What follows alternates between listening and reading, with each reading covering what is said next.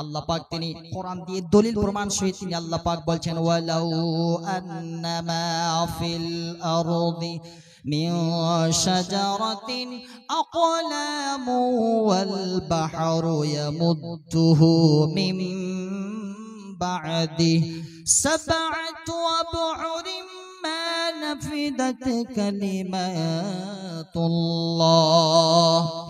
আল্লাহ পাক তিনি বলেন, ও পৃথিবীর মানুষ, এই জমিনের মধ্যে যত গাছ রয়েছে এই সমস্ত গাছগুলো কেটে কেটে টুকরো টুকরো করে করে যদি কলম বানাই নাও, আর যে সমুদ্রের পানিটুকুন আছে এই সমুদ্রের পানিটুকুন যদি তোমরা যদি কালি বানাই নাও, আর আমি রব্বুল আলামিনের প্রশংসা শুকরিয়া বান্দা তোমরা যদি লিখতে শুরু করে দাও, ওই সমুদ্রের পানি শেষ হয়ে যাবে।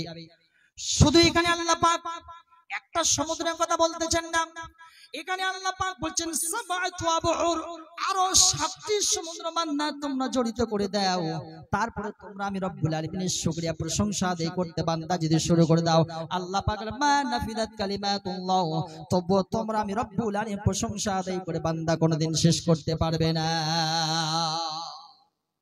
কোনোদিন না। It's impossible. বেদ একথা এইভাবে বলছে। বেদ, হিন্দু গ্রন্থের যে বেদ, এই বেদই এই কথাই একই ভাবে বলছে কি ওয়াসিদ গিরি সমংসদ গজ্জলং সিন্ধু পাত্রি সুর তরুবর শিখাল্যকন পত্র মুর্বি গৃহীতা শ্রীদে সর্বকালম তদাপি তব গুণানমিশ পরং নয়াতি। একথা বেদ বলছে, ওয়াসিদ গিরি সমংসদ গজ্জলং সিন্ধু পাত্রে। এই तमाम পৃথিবীর বুকে তাকায়া তোমরা যে গাছ দেখতে পাচ্ছ, গাছগুলো কাটো, কেটে টুকরো করে করে কলম বানাও। সুর তরুবর শিখাল্যকন পত্র মুর্বি, আর এই জমিনটাকে তোমরা খাতা স্বরূপ বানাও। তদাপি তব গুণানমিশ পরং নয়াতি, আর তোমরা এই আল্লাহর জমিনটাকে দেখো, এই নিদর্শনগুলি দেখো, দেখার পরে তোমরা এবার আমি রব্বুল আলামিনের প্রশংসা শুকরিয়া আদায় করতে শুরু যদি করো, লিখতে যদি শুরু করে দাও, বলছে কি তদাপি তব গুণানমিশ পরং নয়াতি, সব কালি শেষ হয়ে যাবে, তবুও তুমি রব্বুল আলামিনের যিনি সৃষ্টি করেছেন तमाम জগৎকে, তার কখনোই তোমরা শুকরিয়া প্রশংসা আদায় করে শেষ করতে পারবে না। একথা বেদ তাই বলছে। মনে হচ্ছে কোরআনে কারীমের আয়াত আর বেদ মনে হচ্ছে একই রকম ভাষায় এই জায়গাতে নিয়ে এসেছে। বেদ আরো বলছে কি সৃষ্টি স্থিতি বিনাশনং শক্তিভূতে সনাতনী গুণশ্রে গুণময় নারায়ণী নমোস্তুতি। বেদ বলছে সৃষ্টি স্থিতি বিনাশনং শক্তিভূতে সনাতনী, এই আকাশ জমিন সূর্য চন্দ্র নক্ষত্র মঙ্গল বুধ বৃহস্পতি শুক্র শনি নেপচুন প্লুটো পৃথিবী तमाम জগৎকে বান্দা তোমরা যদি এই সমস্ত জিনিসগুলো দেখতে আরম্ভ করে দাও এবং তার যদি গুণ বয়ান করতে শুরু করে দাও, তোমরা কোনোদিন তার গুণ বয়ান করে শেষ করতে পারবে না। তবে বেদের ভাষার শেষের অংশটা যেটা বলছে তা হচ্ছে এটা সৃষ্টি বিনাশনং শক্তিভূতে সনাতনী গুণাশ্রয়ে গুণময় নারায়ণী নমোস্তুতে। যেই মহান সত্তা আল্লাহ পাক এই সমস্ত জগৎগুলো যে বানিয়ে সুন্দর করে রেখে দিলেন, এই আল্লাহ, এই রব, এই ভগবান, এই গড, এই ঈশ্বর যে যেই ভাষায় ডাকছে না কেন, তারই সামনে শুধুমাত্র নম হবে, মাথা নত হবে, তাছাড়া কারো সামনে আর নম হতে পারে না। একথা বেদ বলছে, কোরআন তো বলছে, হাদিসের কথা তো আছেই, বেদও ঠিক একই ভাবে কথাগুলো দিয়েছে।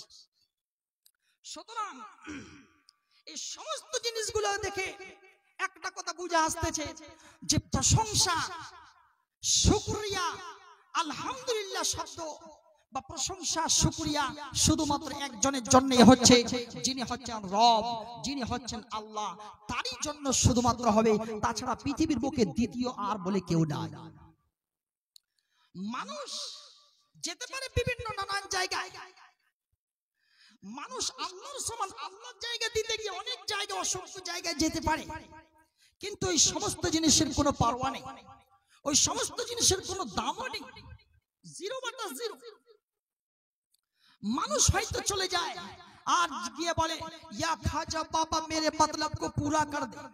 কত বাবা আছে, ন্যাংটা বাবা, বাবারে বাবা, কাবারে বাবা, কত বাবা আছে, সমস্ত বাবাদের কাছে যায় আর গিয়ে বলে মেরে মতলব কো পুরা কর দে, বাচ্চা नहीं हो रहा बच्चा हो, बच्चा दे दे, औलाद नहीं है औलाद दे दे।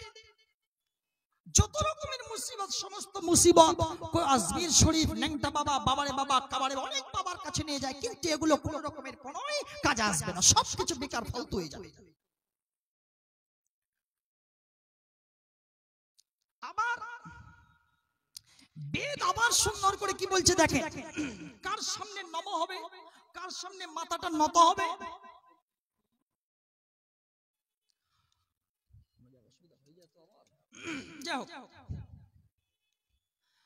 কার সামনে মাথা নত করতে হবে, প্রশংসা কার হবে, রব কে হবে। বেদ আবার খুব সুন্দর করে কি বলছে দেখো, বেদ বলছে ও তম ইয়ং মেধং দেব গণাপিতরাস্তে পাস্তে তস্मै নমঃ। যিনি মেধা, জ্ঞান, বুদ্ধি, বিবেক, বিবেচনা দান করেছেন, শুধুমাত্র তারই সামনে নম হবে। আচ্ছা, জ্ঞান, বুদ্ধি, বিবেক, বিবেচনা কে দিয়েছেন ভাই? আল্লাহ। আল্লাহ ছাড়া দ্বিতীয় কারো ক্ষমতা আছে?